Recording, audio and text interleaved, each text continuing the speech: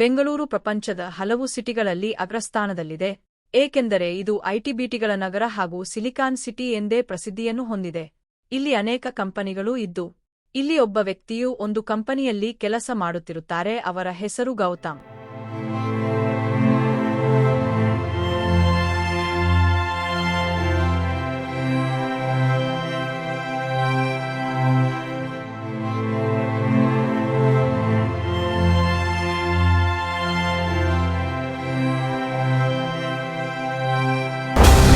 ದಿನ ಗೌತಮ್ ತಮ್ಮ ಕಂಪನಿಯಲ್ಲಿ ತುಂಬಾ ಸೀರಿಯಸ್ ಆಗಿ ಕೆಲಸ ಮಾಡುತ್ತಿರುವಾಗ ಒಂದು ಅನಾಮಿಕ ಫೋನ್ ಕಾಲ್ ಬರುತ್ತಿರುತ್ತದೆ. ಗೌತಮ್ ಆಫೀಸಿನಲ್ಲಿ ಉತ್ತಮ ಕೆಲಸಗಾರರೆಂದು ಹೆಸರು ಪಡೆದಿರುತ್ತಾರೆ. ಅವರಿಗೆ ಈ ಅನಾಮಿಕ ಕಾಲು ಮತ್ತೆ ಮತ್ತೆ ಬಂದು ಇವರಿಗೆ ಡಿಸ್ಟರ್ಬ್ ಮಾಡುತ್ತಿರುತ್ತದೆ.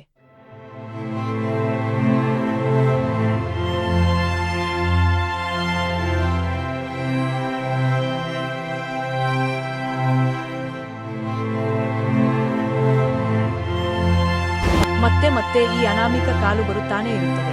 ಕೊನೆಗೆ ಗೌತಮ್ ಅವರ ಮೊಬೈಲಿಗೆ ವಿಡಿಯೋ ಕಾಲ್ ಮಾಡುತ್ತಾಳೆ ಒಂದು ಹುಡುಗಿ.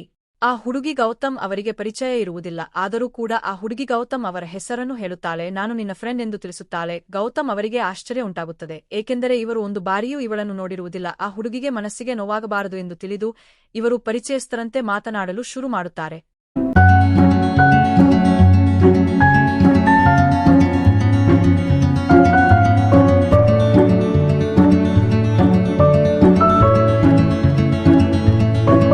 ದಿನ ಕಳೆದಂತೆ ಇವರ ಅನ್ಯೂನತೆ ಎಷ್ಟು ಬೆಳೆದಿದೆ ಎಂದರೆ ಒಬ್ಬರಿಗೆ ಒಬ್ಬರು ಬಿಟ್ಟುಬಿಡದಂತೆ ಪ್ರತಿನಿತ್ಯ ಮಾತನಾಡುತ್ತಲೇ ಇರುತ್ತಾರೆ.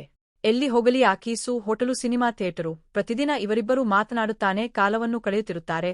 ದಿನಗಳು ಕಳೆದಂತೆ ಇವರ ಗೆಳೆತನ ಇನ್ನೂ ಉನ್ನತ ಮಟ್ಟಕ್ಕೆ ಹೋಗುತ್ತದೆ.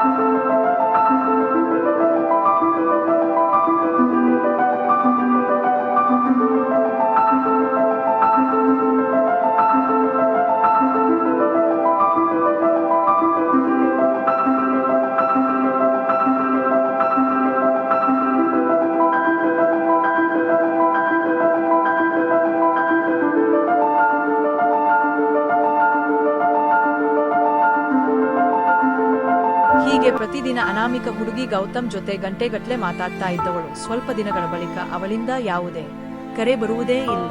ಇದರಿಂದ ಬೇಸರಗೊಂಡ ಗೌತಮ್ ಆ ಹುಡುಗಿಗೆ ಫೋನ್ ಮಾಡಲು ಎಷ್ಟೇ ಪ್ರಯತ್ನಪಟ್ಟರೂ ಅವಳ ಫೋನ್ ಸ್ವಿಚ್ ಆಫ್ ಆಗಿರುತ್ತದೆ. ಗೌತಮ್ ದುಃಖಿತರಾಗಿ ಅನಾಮಿಕ ಹುಡುಗಿಯ ಫೋನ್ ಕರೆಗೋಸ್ಕರ ಹಪಹಪಿಸ್ತಾ ಇರುತ್ತಾರೆ.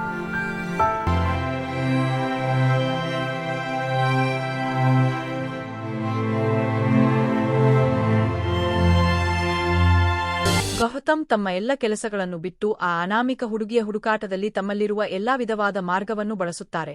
ಆದರೆ ಪ್ರತಿಫಲ ಸಿಗದೇ ಇದ್ದಾಗ ತಮ್ಮ ಆತ್ಮೀಯ ಸ್ನೇಹಿತ ಪೊಲೀಸ್ ಇಲಾಖೆಯಲ್ಲಿ ಕೆಲಸ ಮಾಡುತ್ತಿದ್ದ ವಿಲ್ಸನ್ ಎನ್ನುವವರಿಗೆ ಕರೆ ಮಾಡುತ್ತಾರೆ.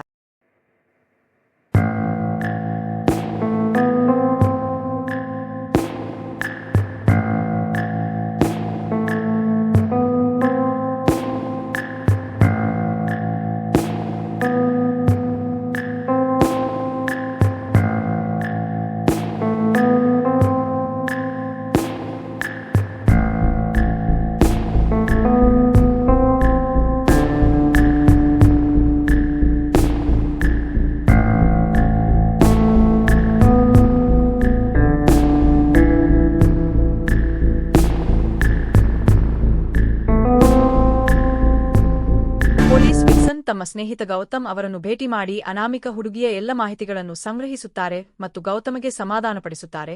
ವಿಲ್ಸನ್ ತಮ್ಮ ಪೊಲೀಸ್ ವೃತ್ತಿ ಅನುಭವದಿಂದ ಈ ಕೇಸ್ನ ಸೈಬರ್ ಕ್ರೈಮ್ ತಂಡದ ಸಹಾಯ ಕೋರಿ ಆ ಅನಾಮಿಕ ಹುಡುಗಿಯ ಮೊಬೈಲ್ ನಂಬರ್ ಟ್ರೇಸ್ ಮಾಡಲು ಹೇಳುತ್ತಾರೆ.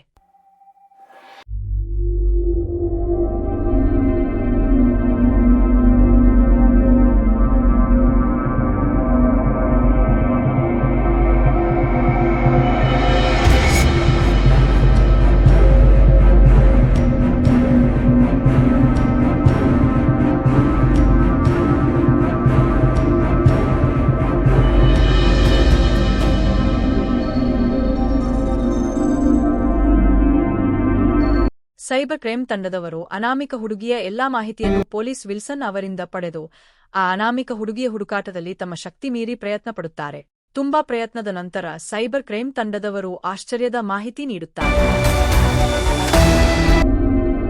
ಪೊಲೀಸ್ ಇಲಾಖೆಯ ವಿಲ್ಸನ್ ಅವರು ಗೌತಮ್ ಅವರಿಗೆ ಗೌತಮ್ ನೀನು ನನಗೆ ತಮಾಷೆ ಮಾಡುತ್ತಿದ್ದೀಯಾ ಎಂದು ಕೇಳುತ್ತಾರೆ ಏಕೆ ಎಂದು ಗೌತಮ್ ಅವರು ಆಶ್ಚರ್ಯದಿಂದ ಕೇಳುತ್ತಾರೆ. ಆಗ ಪೊಲೀಸ್ ವಿಲ್ಸನ್ ಅವರು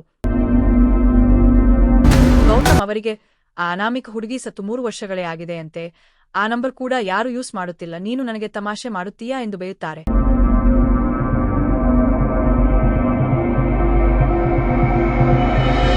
ಹಾಗಾದರೆ ಆ ಫೋನಿನಲ್ಲಿ ಮಾತನಾಡುತ್ತಿದ್ದ ಆ ಹುಡುಗಿ ಯಾರು? ಮುಂದಿನ ಭಾಗದಲ್ಲಿ ನಿರೀಕ್ಷಿಸಿ.